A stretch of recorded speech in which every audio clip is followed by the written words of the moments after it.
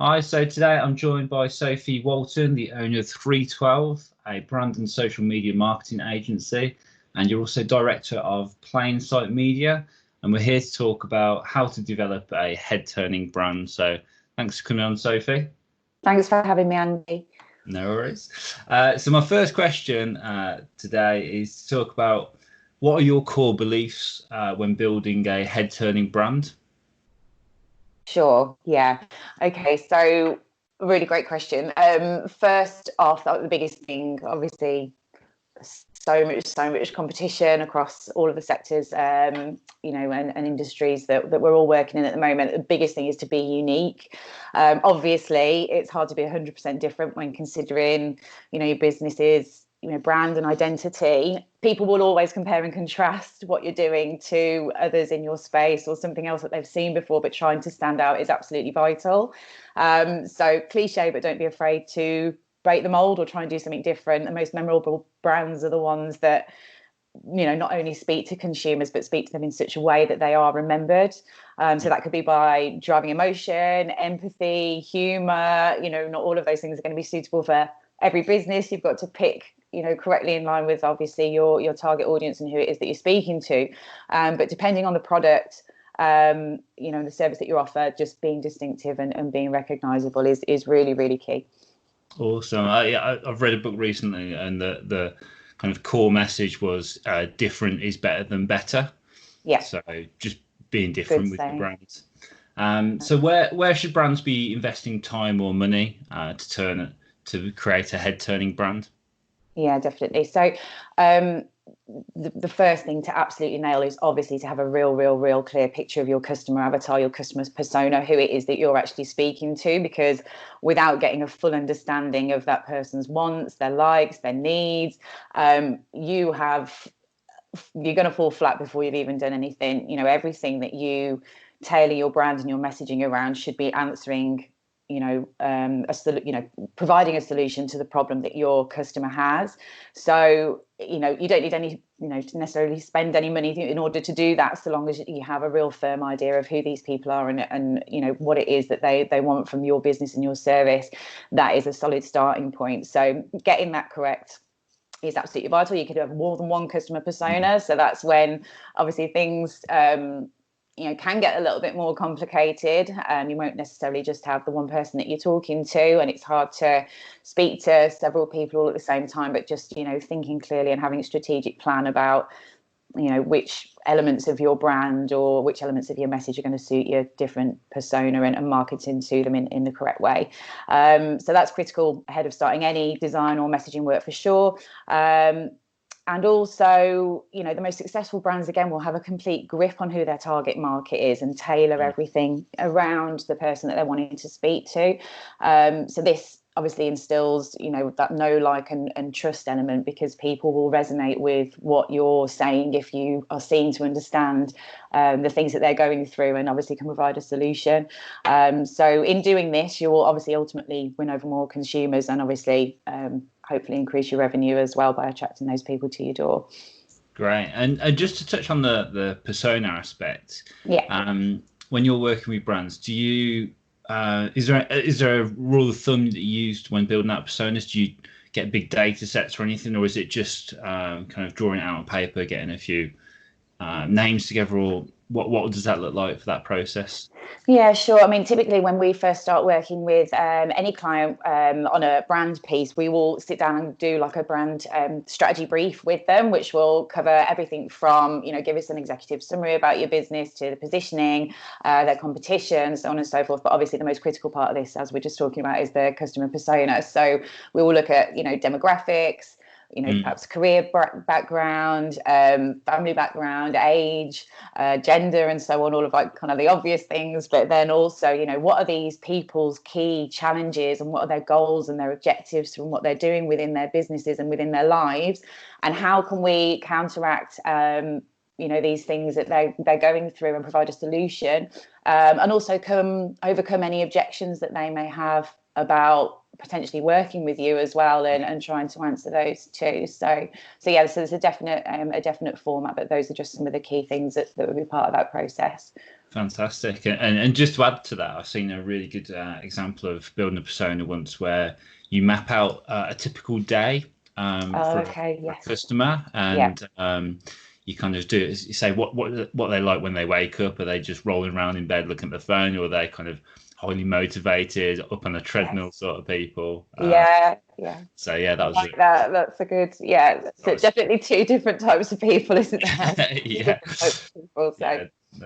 No. So what are the kind of quick wins that you think brands can employ to make them stand out? Yeah, sure.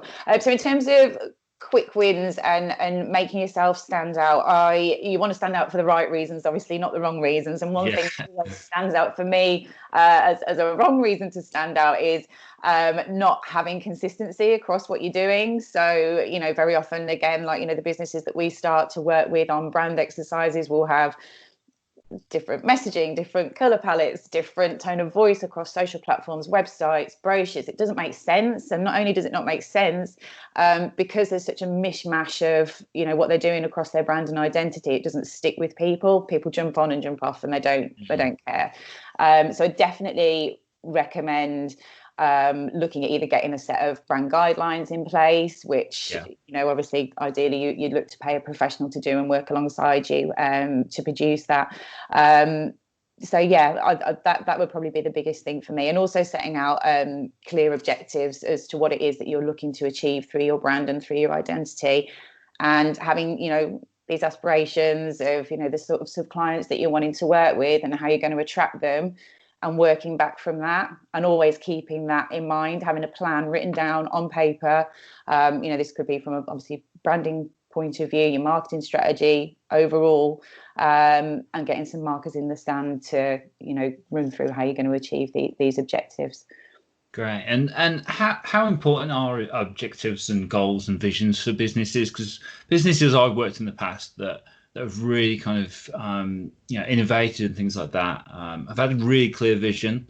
So how do we build them out for brands, and how important are they, do you think? I think they're really, really important.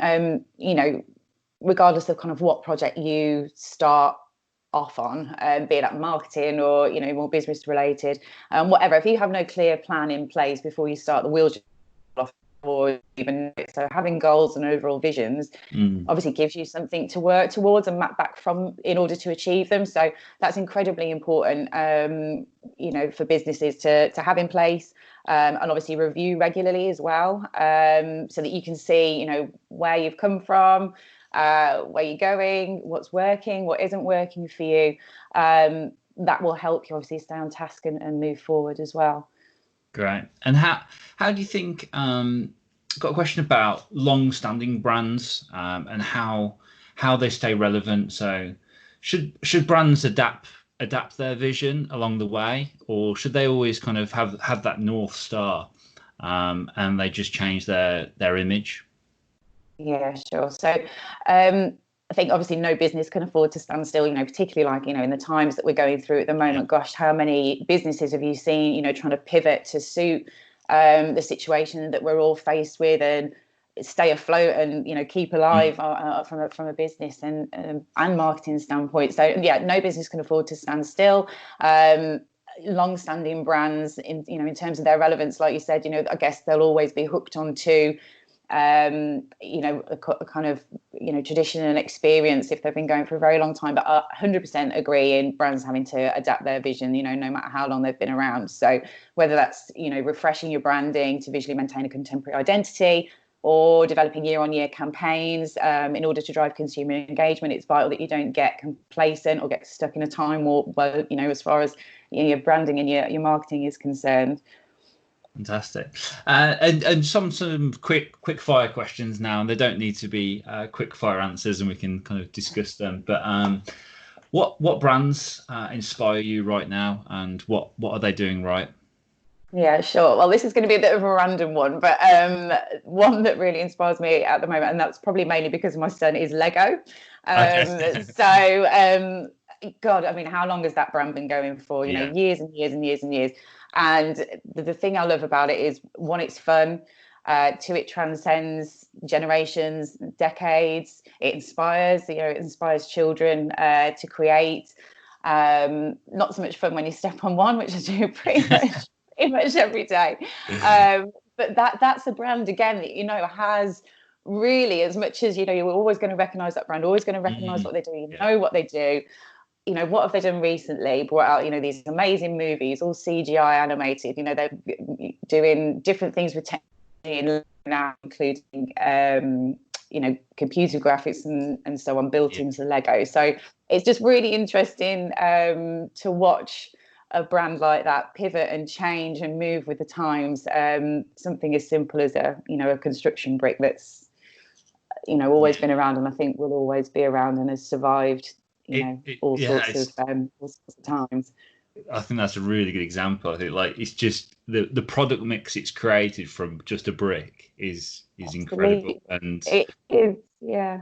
And I don't know if you signed up to Disney Plus lately. I have, I've just signed up to it during lockdown. Yes. And the Lego movies are absolutely brilliant. They're really cool, aren't they? Yeah. Definitely. So what tools or software should every person in social media be using right now? So I really, really love Sprout Social. It's what we use to schedule all of our social media content for our own business and for our clients as well. It's got some great reporting tools in there. You can produce really good looking solid PDF reports for your clients. Great analytical tools. So easy to use. Big thumbs up for Sprout Social. We've been using it for pretty much 3-4 years now. And we also love Canva as well for producing really great graphics, really cheap as well. So if you're looking to produce something good on a budget, they've got different, obviously, payment options that you can run with. But that's great for producing, branded content, graphics, video and animated GIFs as well. So those are my two go-to tools. Amazing. Where would you point marketers to any books or podcasts or kind of blogs where you think either on branding or social media or any marketing subjects where they've been kind of game changing for you? I really love to keep up with. So Social Media Today is fantastic. If you haven't signed up to it already and you work in the social media space, or that's something that you're interested in as part of your marketing strategy within your business, definitely sign up to that. They have really up to the minute information on all of the latest trends in social media. So that's really interesting. Newsletter comes through every morning. Try and read it every morning. It takes about 10 minutes. That's a good way to start the day. And I always have and always will look to the Drum and Campaign Live for information on branding and marketing campaigns. They have some really cool stuff on there. Awesome. Bit of a random question. If you could have an ad anywhere in the world with any message on it, where would it be and what would it say? Yeah, this was such an interesting question. And so if it was anywhere in the world, so I decided that I would like to have a continual message. Sounds a bit soppy really, but running across the sky, just reminding everyone to be kind to each other. I think the Be Kind message is something that's obviously really come to the forefront, certainly over the last few months with things that we've seen in the media. We live in a world where a lot is taken for granted at the moment, and people are too quick to criticise and judge. And again, particularly in this time, we're all in something quite difficult and challenging together. So perhaps a constant daily reminder to treat each other fairly might help. Love it. So where can people find you if they want to kind of hear more about you or your kind of business? And have you got any requests of the audience? Yeah, sure. So we send out regular email updates with marketing insights and tips on. So we'd love it if you were able to visit our website, which is 3twelve.co.uk. We've got a newsletter sign up on there. And if you'd like to follow us on LinkedIn, Facebook, and Twitter and Instagram too, that would be amazing. Perfect. And final question to end, to summarise the conversation, what would you think would make brands excellent in this area of branding and marketing? Yeah, sure. Knowing your audience, not being afraid to be different, and being consistent with what you're doing.